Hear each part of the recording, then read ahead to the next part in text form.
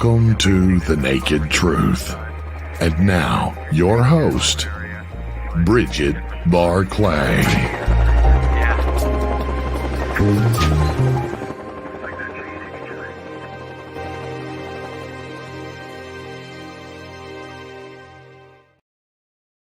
Hello, good evening, America, and good morning, the UK. I always think it's really early in the morning. Here it is. It's 1 o'clock in the morning, but I can do this. And a huge hello to the vast universe out there. This is the UNX Radio, and this is The Naked Truth with myself and Bridget Barclay. Right, I have a fantastic guest tonight. I wanted a bit of history put here, and I wanted to learn a little bit more about the books that I have behind that I've read within the past. I have Glen Steckling. He is the director and the copyright holder of a 60-year-old George Adamski Foundation. Glen's parents, the late Fred Steckling and his wife Ingrid, were personal friends and selected co-workers for George Adamski. So I just want to hear the history behind that and the vast evidence that's behind that, and the contact reports, because back then in the 50s there was so much huge, amazing craft that people witnessed and had contact with beings from various different planets, whether it be Venus, Mars, everywhere. So this is a part of history. So Glen, welcome to my show. Are you there? Thank you very much. Yes, it's a pleasure to be with you. Thank you for the invitation. You're most welcome. Thank you. I just wanted history lesson right here in the making. Right. Okay. So it's for you to tell me about yourself and your parents' background and the great late George Adamski. Fire away. Well, my parents grew up during the war in Europe, and they witnessed as children many of these type of crafts: the cigar-shaped craft, the bell-shaped craft, the green Foo Fighters, as our military pilots in their squadrons reported flying next to them in formation. So there were a lot of sightings on the European continent, all over the world, in fact. And the photographic evidence of these ships go back as far as I can find. The latest one is 1918 over Europe.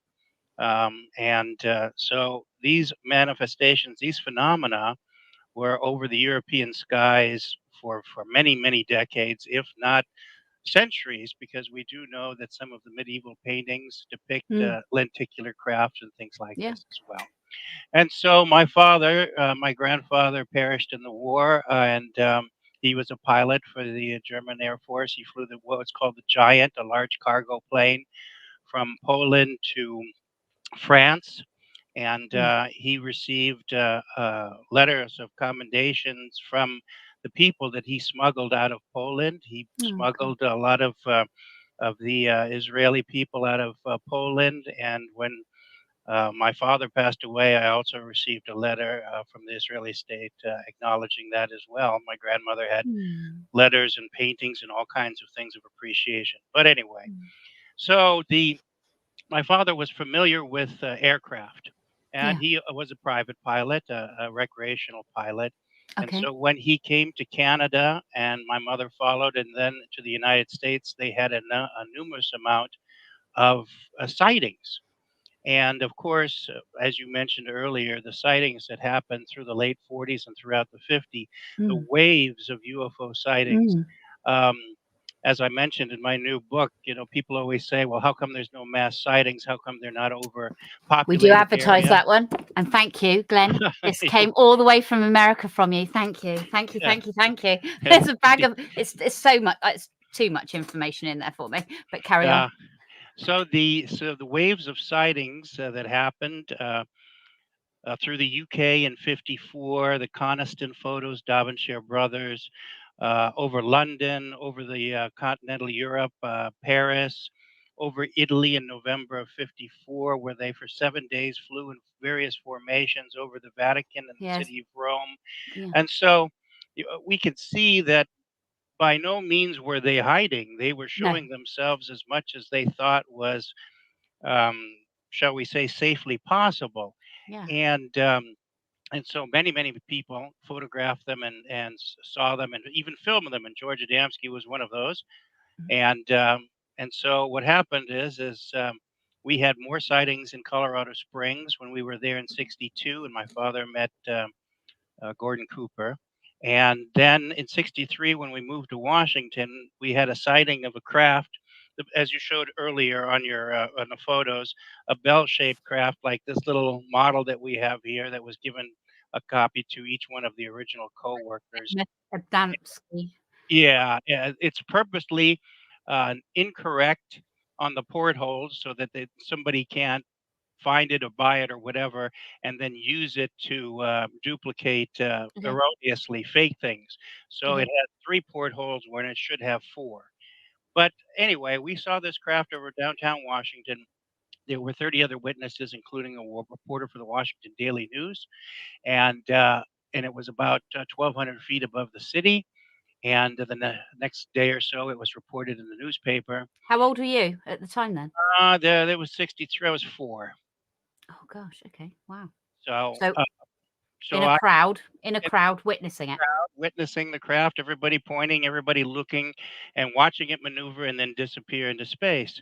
And Hmm. so when the article came out, the article said that the craft was at 12,000 feet versus 1,200 feet. Well, your dad would know that being a pilot. Of He'd know course, 10, exactly. 10 times the difference. Anybody, Exactly. when you look at something and Yeah. it's 10 times further, Yeah. it's Yeah. not the same. Yeah. So he called the editor, and the editor said that Put him right. he received a call from the security agencies and told him that he cannot put 1,200 feet because that would depict the fact that we are unable to secure our own nation's capital skies. And Okay. so they demanded he change it to 12,000. But Wow. that didn't make anything different to my father. He went to the Library of Congress, went under A for Adamski, saw the books with Sir Desmond Leslie there, Flying Yep. Saucers Have Landed. Got my And original copies up there. yeah, and Inside the Spaceships. And Mm. so he contacted Adamski out here in Vista, where we are.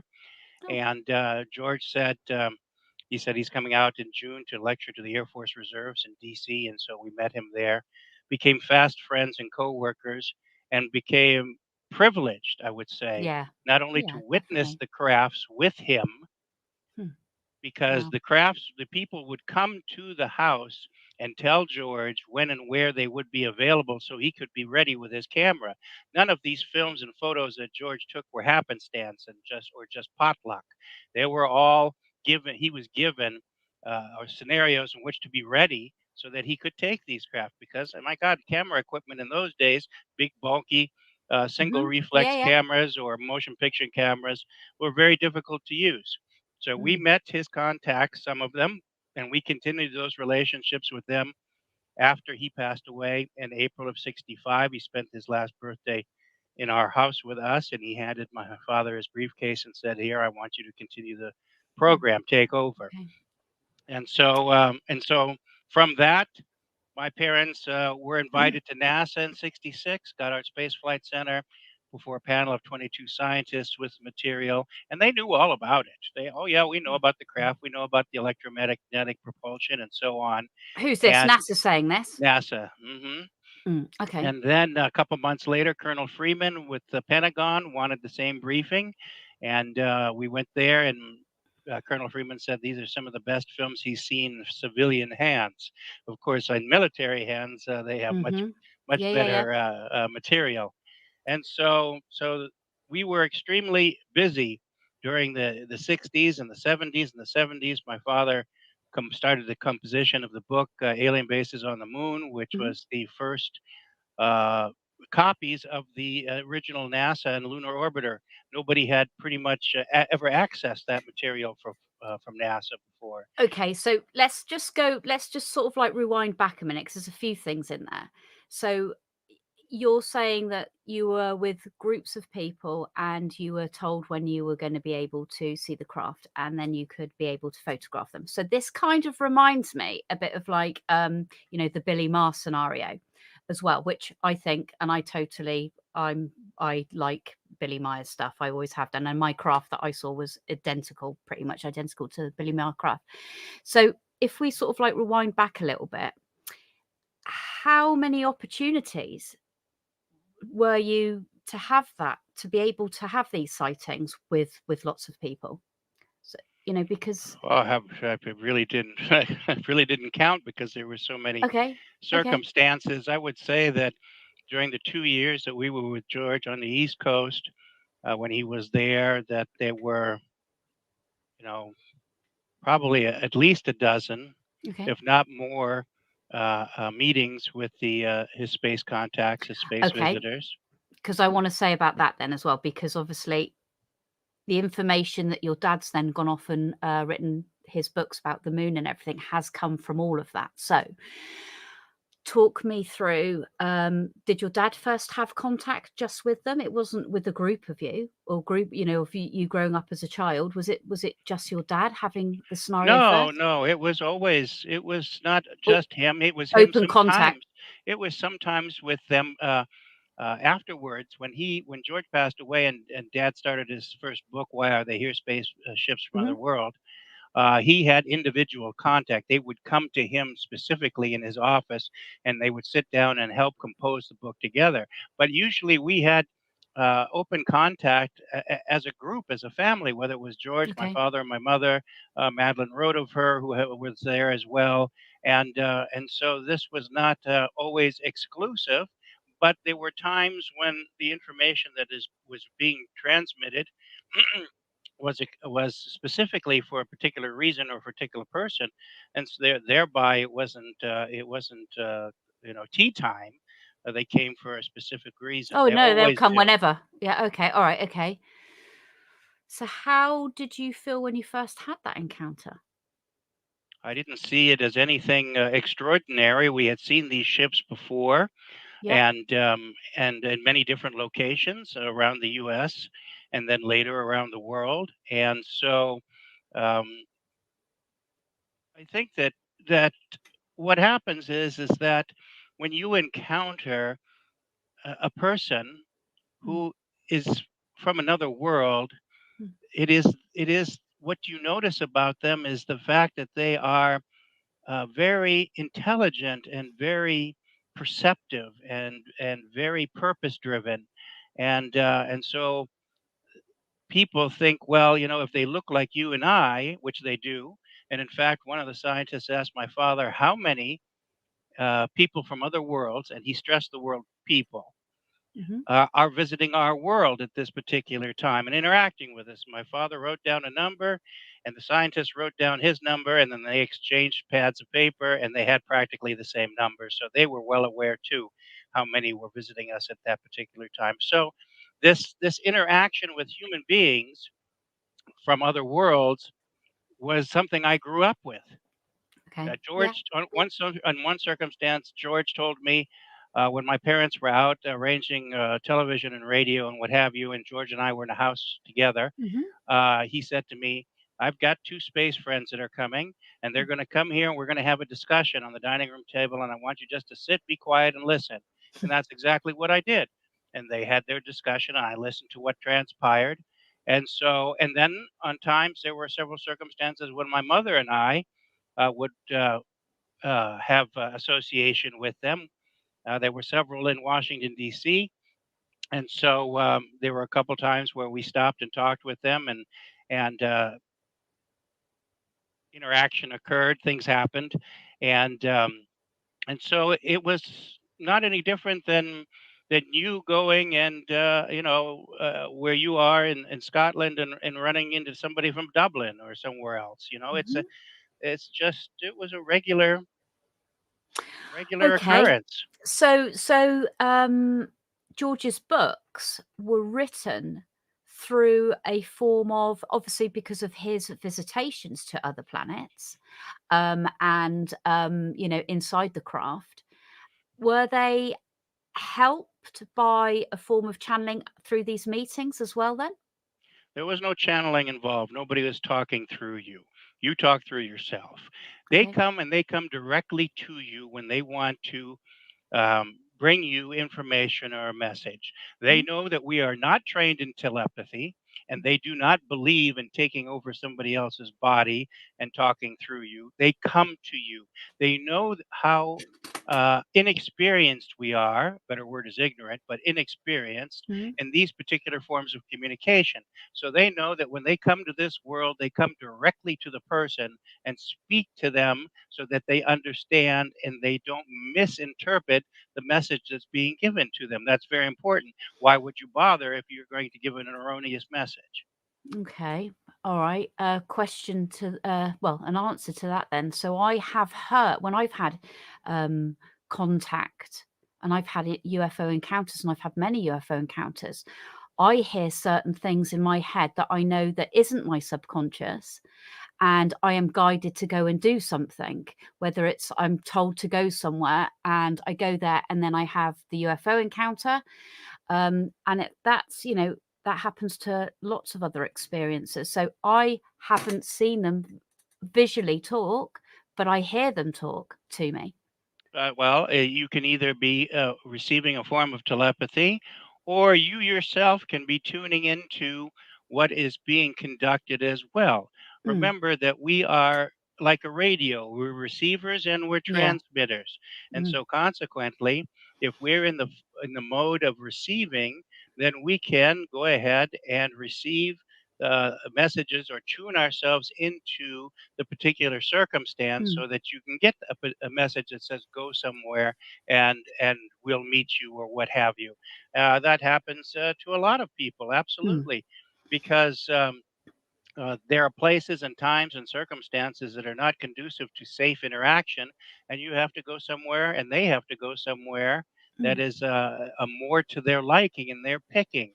And mm, so they are extremely cautious, as they should be, mm, because on this world we're highly aggressive, highly unstable, mentally, emotionally, and many other ways. And mm. so consequently, they are have to be cautious that they do not Yeah. become in jeopardy. My father Mm, asked one of them, and I think I described that in the book, that what do they use for defensive means because they will not enact anything aggressive. mhm, So, in other words, they would give up their lives before they would take ours, and they have in the past. mm. So, the one spaceman said to him, he says, well, since we can read minds and the circumstances around us. If we're walking down the street, we can already tell that something that Yeah. is unstable is going around the Yeah. corner somewhere, the Yeah. next block. And so Yeah. we don't go that direction, we Yeah. turn and go the other It's direction. quite incredible. Yeah. And so Yeah. my father says, well, what happens in more dire circumstances? And he says, well, that we have a little device the size of about a cigarette lighter on our belt. And when we push that, it uses Einstein's unified field theory and bends light rays around us. And so you become invisible to the eye, but you are not gone. You are there physically, just the same. You can touch them, you can hear them. And so my father said, well, I'd love to see that. And so one day we're walking along 17th Street in Washington, and one of these contacts is walking towards my father, my mother, and myself. This was around 1967, 68. And he was carrying his laundry hamper. And as he came closer with about, 4 meters or so, he waved to us and then totally disappeared. Hmm. And then we listened to his footsteps walk past us. And Mm. as we followed the sound, we turned around. And then a few meters behind us, he reappeared, waved at us again, and kept walking. So he gave us a demonstration of how that little device works. This is a device they also use on their spacecraft. This has nothing to do with interdimensionalism or all these other fanciful science fiction notions that are coming about. This is mainly a mechanical means of making the craft visible or not visible. The second part of that is Yeah. the craft accelerates so Yeah. fast. It accelerates to thousands of miles per hour Mm. in an instant that the human eye can't trace it. You Mm. can, I believe, only 4,000 frames a second, and they can go much faster than that. So when the craft suddenly disappears, it's because it's accelerated to a new position, and it Mm. has nothing to do with all these fanciful science fiction Oh speculations. yeah. That's basically the entire UFO field has become nothing more than an arena of speculation. Mm. Whew. I'm just that reminds me again of like a Timothy Good sort of scenario of having a being walk up to him. Well, actually sit next to him. So I mean, amazing. I think there was a film called The Adjustment Bureau as well. That was kind of a bit like that, when they had a device as well, I think, if I remember rightly. There's another lady that came to mind that I had a book, that I do have her book of. Dana Howard. Had George ever met her? Do you know? I can't say. I mean, there is so many thousands of people that he met between, in the early 1950s and he passed away, and so many thousands and tens of thousands of people all over the world that we met in our activities in this field that sometimes, if I see a face, perhaps Yeah. sometimes, but Well, a name is not really going to ring a bell. Basically wrote the book My Flight to Venus, and then she came from Venus, and so she is an experiencer, and she lived in Los Angeles, California, when a woman being escorted her onto a craft. So, that was kind of about the same time. So like I'm saying, there was an era where there was some most amazing UFO sightings. Like the oldest books are the best books to read on encounters. Well, I mean, the sort of like 50s to 80s, they're so different, and there's so high strangeness with it as well. I mean, we've got the high strangeness now as well, but, there were a lot of other contactees at the time as well that were having these sort of experiences. Oh, yes. So there's a plethora of them as you go through the names. Yeah. Some of them had more than they talked about. Others of them had less, and they embellished, and so there's a whole genre of people who. And the interesting thing is it's a whole bunch of them also outside the United States. The twin sisters in Norway, the lady in South Africa. They talk about the incident in Fatima as well, and so there are so many issues of contact, especially in Italy. Oh, I know. Oh, absolutely. Done some amazing. Pinote has written quite a bit about that as well, and I met him when I was lecturing in Milan in 2019. But these contacts have been historic, and that's part of what I wanted to show in the book as well.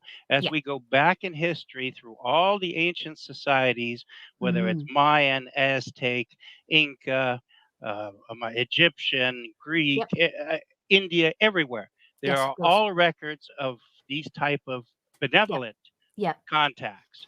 And I think that is an important distinction to make, because these people were chronologized as bringing peace, bringing scientific knowledge, bringing agricultural advancement, and then they left. Yeah. And so it's quite different than the stories that we hear of late. Okay, well, we're going to go into a break in a minute, but I would like to talk about the evidence that has been saved, really, because it's historical, and that's what you need when you need to look back to various things, whether it be the footage, and wasn't it Hynek that looked at the footage and he said, nope, totally fake, but Hynek's got it wrong on many occasions. Well, remember the famous picture of Hynek changing his mind. I have that in the book as well, where Hynek changed his mind, and he was holding one of George's pictures while he was being photographed for the newspaper article as well. So Hynek, there you go. So Hynek, no, yeah. Was it that? No, it wasn't that picture though. But that's Race is showing you the famous picture. But yeah, I believe that was the picture that he was. Oh, was it? Mm-hmm. Oh, yeah. Okay, yeah. December the 6th. I mean, so there's a whole bunch of people. There's Joseph Condon, who was from the University of Colorado, who was chartered expressly not to find any evidence, but to create a total chaos. And he tried. Well, that's what ufology's all about. A diversion, isn't it? A diversion technique. Great one. Right. Okay, Glenn, we're going to go into a commercial break, and we're going to be back, and we're going to talk evidence. Thank you so much. So we're going to go to a break. See you in a bit. Bye.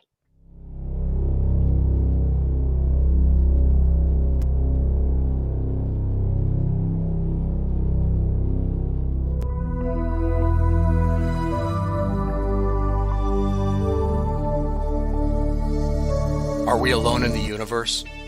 The most important question facing humanity is on the verge of being settled once and for all. The Mutual UFO Network has been at the forefront of this journey for nearly 50 years. Our members worldwide are dedicated to the research, documentation, and awareness that will shape the future of humanity. Won't you join us?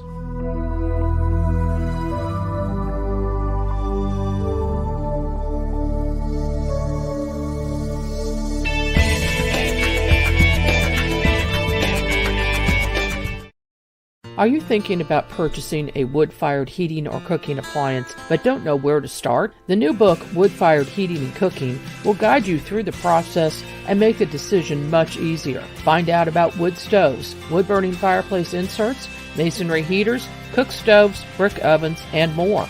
Learn about operation and maintenance, buying and storing wood, even how to make your own charcoal. A bonus section includes delicious recipes for cooking in a wood-burning oven, grill, tandoori oven, or smoker. The wise homeowner, prepper, or homesteader will have the ability to heat their home with wood when the power goes out or to save money on increasing gas bills. Wood-Fired Heating and Cooking is available at Amazon. Visit www.woodfiredpub.com for more information. That's woodfiredpub.com.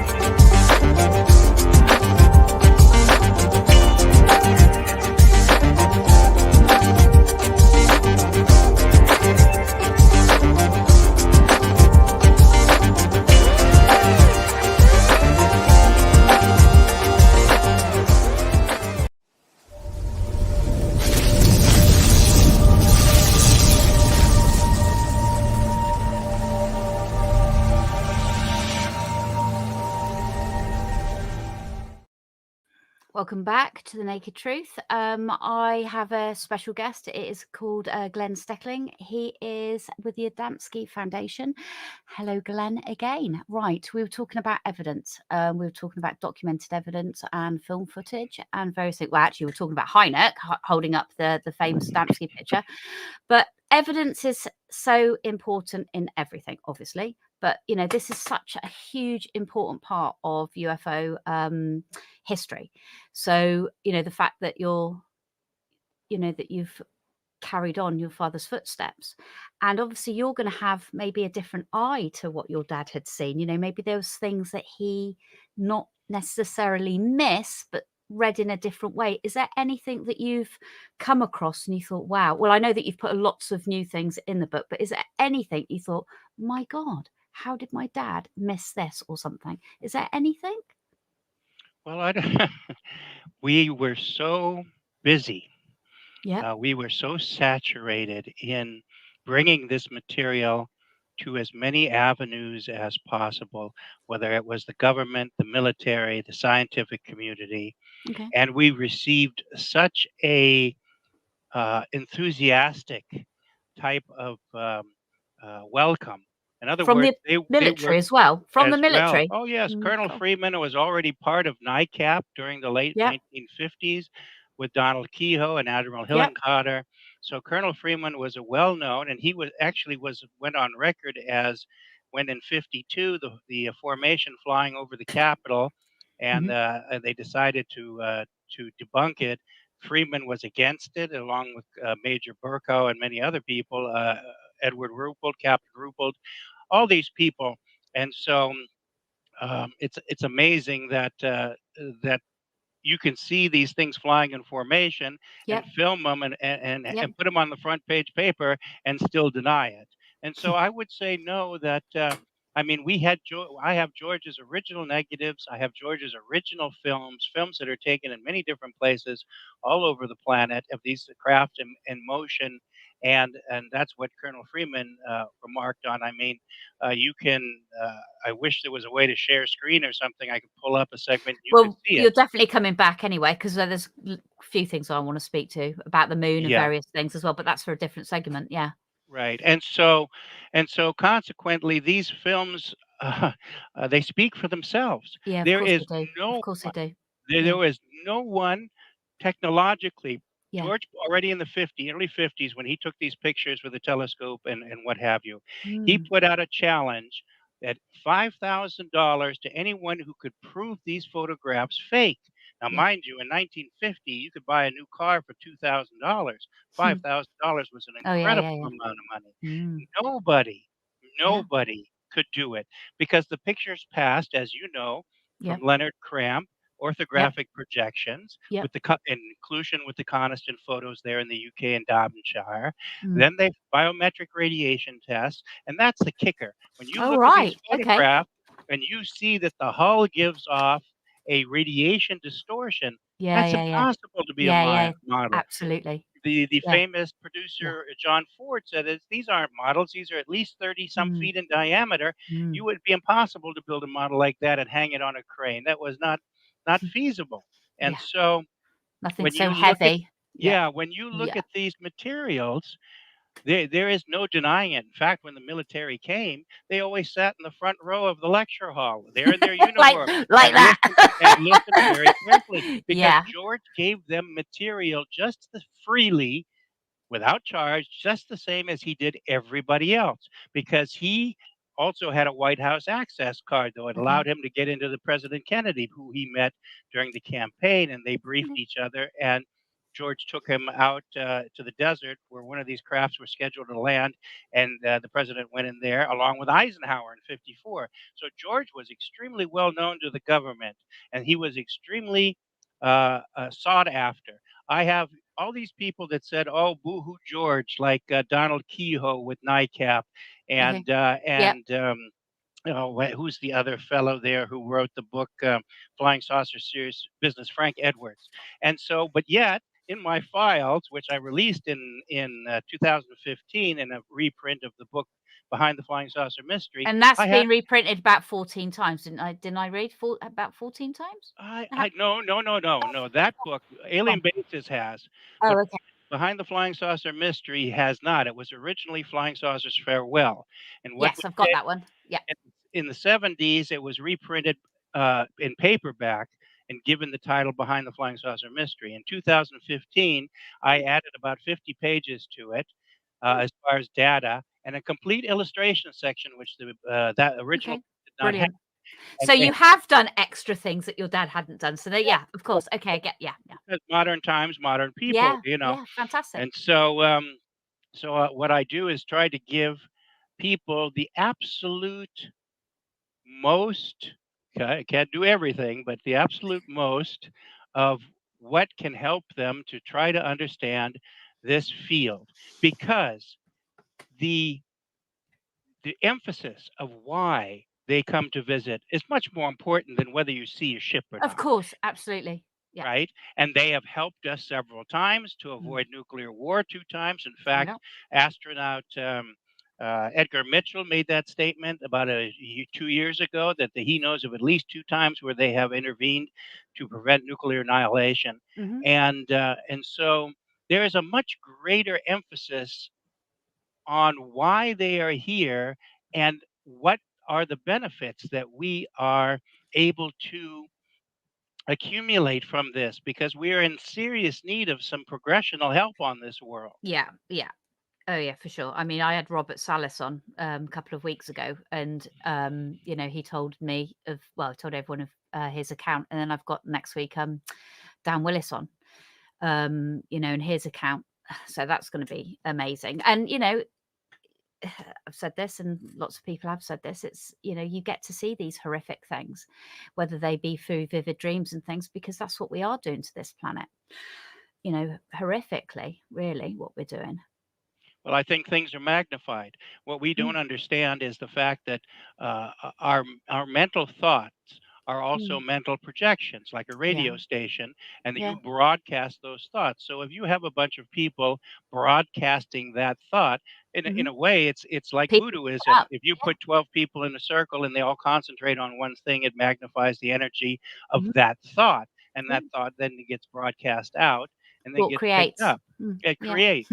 And so consequently, I think that fear, manipulation, and many of the what we would call more basic, crude type of thinking is being broadcast because too many people are willing to participate in that.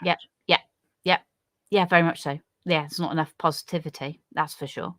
Can I ask a question? Personal question for yourself? Did you go into aviation and flight because of seeing craft and experiencing things? So because it gives us okay. No, what happened was is since I come from a heritage of aviation, my father was very much already when I was a that's young what you're child. going to do, son. Basically, he didn't mandate it, but boy, he pushed it. And at a certain point in time, when I was in my early teens, I started to fly at the age of 16 and 17, and accumulate licenses and go through the lengthy and arduous process of going the distance. So planes, not helicopters, planes, commercial, commercial planes. I admire what helicopters do. I just don't particularly care for the way they do it. There's a lot of moving parts. Not a lot of room. One aviation fellow once told me it's a million parts trying to kill you all at the same time. So I, I've flown gliders and I've flown little airplanes. I mean, I went the gauntlet. I taught flying. I flew for so many of the rich and famous. I did cargo. I did airlines. The only thing I haven't done was military flying. Okay. No, it's just. I have seen a number of craft while I was flying, and the other pilots witnessed it. And I just talked to a good friend of mine who was out flying cargo 747s, and he said he talked to a friend of his because he got my book. And he said he had some footage on his cell phone flying over. I can't remember whether it was the Chinese Peninsula, or whatever. But there are a number of craft out there. I mean, obviously, everything's going through Congress, to make it easier for people to be able to openly speak, pilots and civil, flights and things. So do you believe that your friends and other pilots would now go forward and release a report or footage? Well, I think part of it is the old. Well, they're stigma. just waiting. For instance, I had a former co-pilot of mine who became captain after I left the company, and he called me up and he said, we saw a number of these craft over the Pacific Ocean flying from the Hawaiian Islands to the mainland. And not only did we say it, we were talking on the radio to the other airliners that were watching it as well. That also happened over the mainland USA, 5 different airline companies, 5 different crews, in which 2 of them openly reported and 3 of them declined, because nobody wants to get associated with the so-called stigma of this particular subject, and they don't want to get ostracized from their friends, and they don't want to get looked at strangely, and so I never had that problem because I really don't care with the experience that I've had. I really don't care what anybody thinks. So okay. Okay, all right. So in regards to go back to the evidence, because that always find that fascinating, seeing film footage and old film footage as well. I mean, what has been released? So when you go and do your lectures, do you? I mean, I'm going to do a bring you back, and we're going to do footage as well. I think that would be important because there probably is things that we haven't seen or that you haven't put out there. Well, Bridget, if you go onto my YouTube channel, Yeah. you'll see that that I did a program that has the Adamski photos and the Adamski film footage on it. So you Okay. can get a preview by looking at that.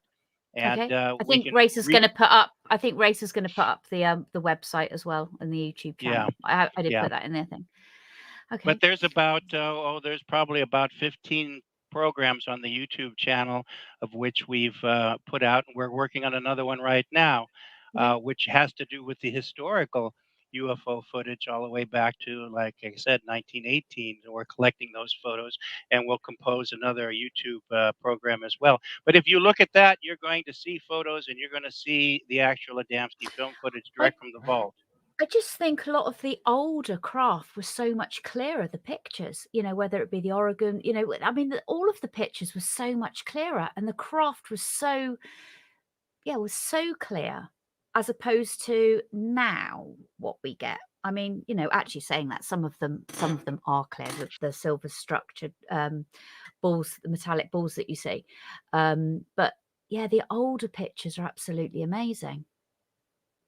Oh, I've lost you. I can't hear you. Oh. There, are you back again? Yeah, okay. I do that all the time. But when I'm on the phone in the kitchen and I just turn around and it just pings off. It's fine. When you like the photo you showed earlier of the famous Adamski photo there. Right. If Race is listening, he'll put it back up. Yes. Mort calling awesome. Mort calling awesome. That is only one negative. Remember, this picture is taken through a 6-inch telescope, and you can see the black outline along the sign, whereas the ocular of the telescope itself. But this is the best picture out of a dozen of them that George took of the same craft.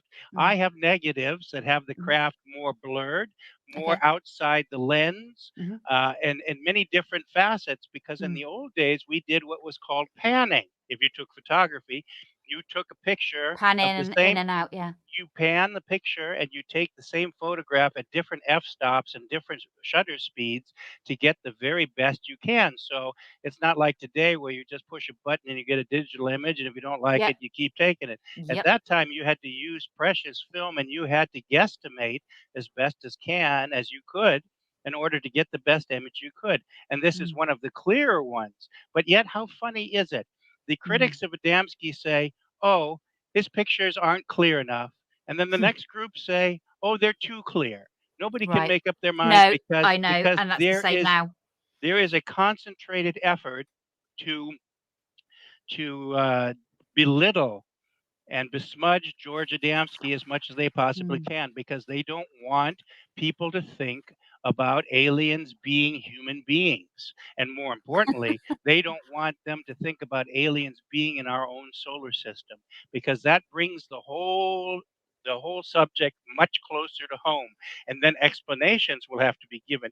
The disclosure you get now is absolute garbage. It is the same disclosure process that you got in 1960 when NICAP tried to bring it out, and they went before Congress, and it was the Speaker of the House and Senator Goldwater, Congressman Jerry Ford. There was a whole plethora of people from 1962, 1968, the hearings before the Condon Report came out with Professor McDonald. And they basically told the U.S. government officials, and these, mind you, Barry Goldwater was a retired general. They told them, it is not your business to know. And if you think that that changed now, it has not. There is not a single government or military official that can come clean. They are all beholden to their mother company. When you go into the military or the Ministry of Defense or the Department of Defense or NSA or anything, and you become a member of that group, you sign secrecy papers that are enforced for life. You Mm. cannot absolve them, you cannot ignore them, and it does not expire. So that means that people who are coming out of the establishment and are only talking a pre-prescribed script that they are given. And then you have to watch out for misinformation, Yeah. because you will Oh, get yeah, for you sure. will get Yeah. a part of misinformation injected into that what they're talking Oh, about. yeah. That is their purpose. Very much so. Yeah. Yeah. Very much so. Yeah. Disruption is their purpose. Yes. And I suppose it's only the people that have witnessed know that there shouldn't be no disruption. It should be like George, freely. Here's the information. Here's, this is what's happened to me. These are my encounters, take it or leave it. It shouldn't. Yeah.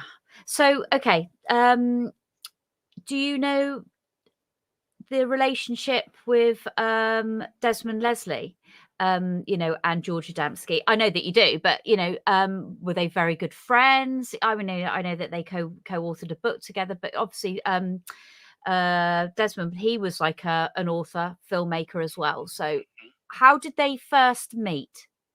Well, I believe that if I remember everything correctly, my brain is only so big. And But mine's 1 o'clock George, in the morning, or yes, 10 to 2 in the there you morning. go. What George was trying to do was get the book "Flying Saucers Have Landed" released, Okay. and um, uh, Waverly Gervin, who wrote the book Oh yeah, I've got that one as well. "Flying Yeah. Saucers Are Yeah. Common Sense," Yeah. and he was also responsible for the UFO organization in the UK. Waverly Gervin introduced him to Leslie, and Okay. between the two of them, The English and the Irish. Yeah. they were able to get sense of Desmond's position. Mhm. They were access to, I believe it was Abelet Schutman or whoever the printer was, but they were then printing the book and putting it together. And Desmond did the part on the beginning that has to do with the historical Okay. uh, Yes. revelations from India. And isn't it funny that when It I goes back watch to it. shows on the television that I will not name by name, but people know who they are on History Channel and others, that they talk about the Vahanas and all these craft and all this research, nowhere do they mention the word Desmond Leslie. And that's because there is an Really? embargo against everything that's associated Really? with George Adamski.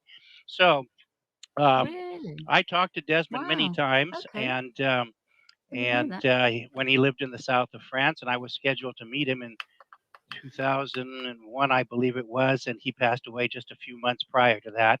So I, through my contact in Ireland, uh, approached Castle Leslie, the current owners of them, and I wanted Mhm. to get a chance to look at some of the archives, Mhm. and also Desmond received a copy of the plaster cast footprints from the space visitors from the November 20th, 1952 Didn't know contact that.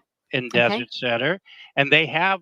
I think they broke one, but I think they had the other one. They used to be displayed in the parlor section of the castle, but the current person who exercises the ownership of the property had them buried away in the cellar, so Okay. they're not open anymore. Anyway, so I talked to them a little bit, and But with and all of the evidence, Glenn, sorry to interrupt, but with all of the evidence that's there, the film footage and all of the reports and everything, and the mass witnesses countless times, why is a so-called, like History Channel program not taking into account George Adamski? well, they love to use his photographs. I have given Okay, releases for photographs many right. times Well, all yeah, over the they're in all world. of our books. Yeah, Yes, yeah. and also for the History Channel as well, Okay. and so it's We're not it's talking Alcoholics Anonymous, but yes, but no, carry on. no, But they're not. But okay, here is the yeah. problem. The problem is, Hmm. and this which gives a heartburn to so many people, is the fact that George talked about life in this solar system. Okay. And we have come to accept. How funny is it that when you ask people, do you believe what the government tell you? They say no. Do you believe Yeah, what the right. military? No. No. But yet NASA is composed of the government and the military, Yeah. and they are a single avenue source of information. So Mhm. they get to tell you what they think, and nobody else can counter it because nobody else up till recently has been going to space. Now we have different countries going into space and going to the moon and what have you, and Mm. that may very well change things because that puts a Mhm. pressure on them.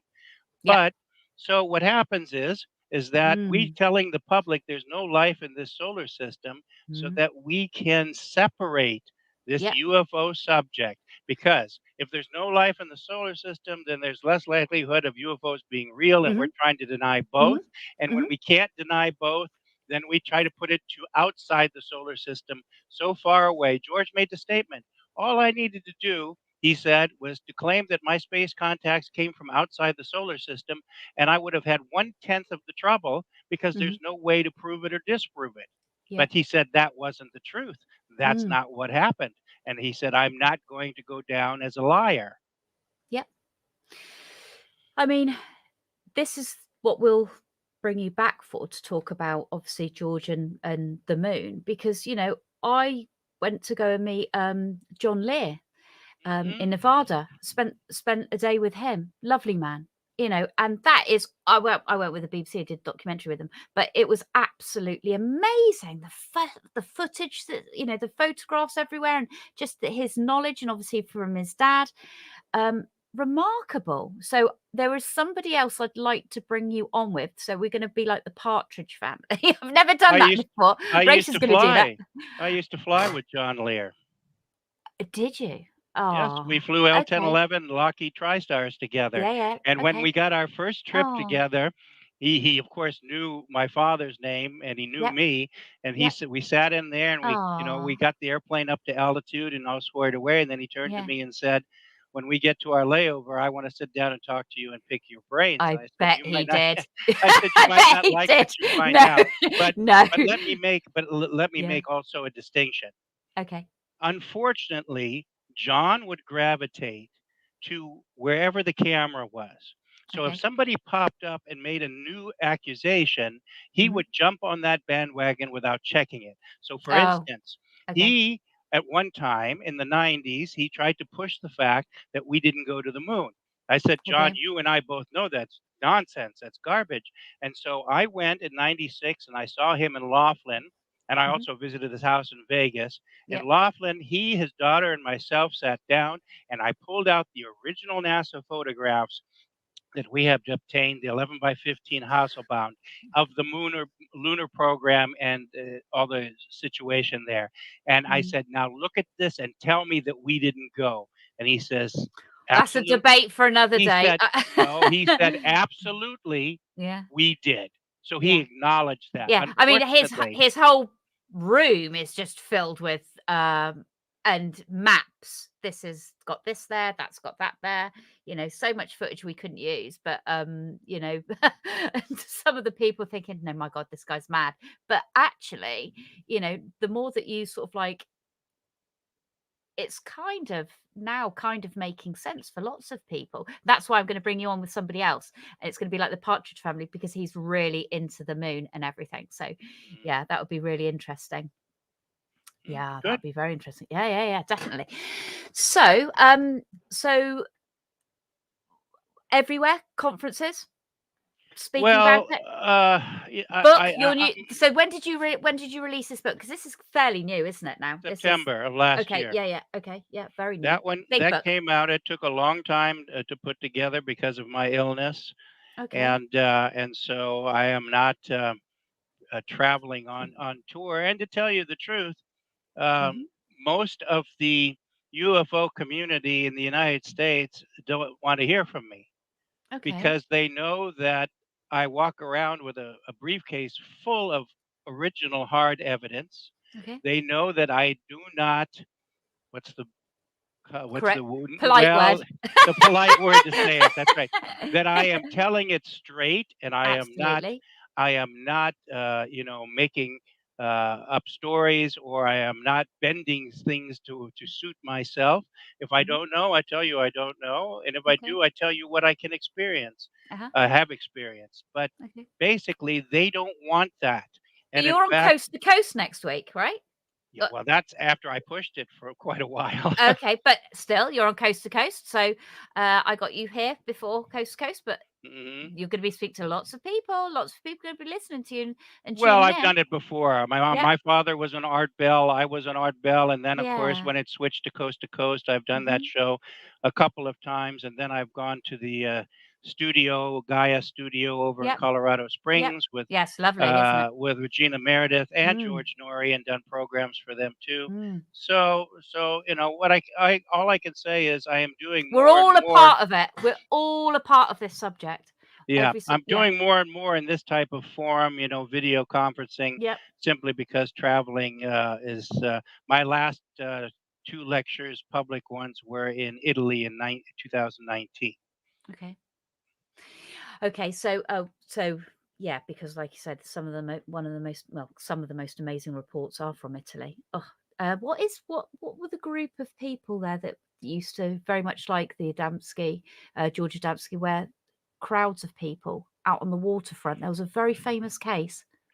Well, they were in the late 50s. It was a program that George initiated called IGAP, and that was an international get acquainted program, which basically um, set up representatives in all the foreign countries that he had traveled to during his world tour in order to represent this material through him and to their people. Major Peterson was in Denmark, Dora Barr was in Germany, May Morlaix, who witnessed George going to the Vatican when he got the Golden Medal of Honor from the Pope, 23rd. She was from Belgium. And all these people were part of this program in order to help promote this information in their particular country and languages. And Dr. As it should Perego, be. right, and Dr. Perego was in Italy, and he was also an Italian diplomat. And the more he came out for this information, I think the more attention he got, because eventually he got transferred to Brazil, I believe, to Sao Paulo. And so that's where he ended up in. So these were all people that were part of after the World Tour. The World Tour in '59, Desmond Leslie, Lord Mountbatten, and Lord Dowden were all 3 sponsors for George in the UK. I mean, these are heavy hitter names. I mean, as you well know. Don't recognize a few of them, but I do recognize some of them. Right. Unfortunately, Glen, and I say this to every guest, unfortunately, it's time to go. Well, it's time to leave, but I would love to have you back. And I'd love to have you back. And I do want to talk about the moon, because that is just it. Either you love it or you hate it. It's like Marmite, you know, but it is something to be talked about. We have to talk about it because we're in a vast world, and we have to talk about absolutely everything on this subject, because that's the only way that we can understand it. That's true. So Glen, thank you so much for your time. I really do appreciate it, and thank you for giving us a part of history, and to come back to give us more part of history. And hopefully I will get to see you maybe this side of the pond, if we can arrange something with Rory. Okay. But Okay. Thank you for your time. Thank you so much for your time. It's been absolutely wonderful to meet you. I'm sure absolutely everyone has loved listening to you, because we don't get to hear things like this unless you watch it on YouTube. Thank you. Right. So thank you ever so much. This is Bridget Barclay on The Naked Truth, and on Annex Radio. Thank you so much, Glen, and good night from me. Thank you. It's Good night. time for sleep. Bye. Bye-bye. Bye, Glen. Bye. Bye.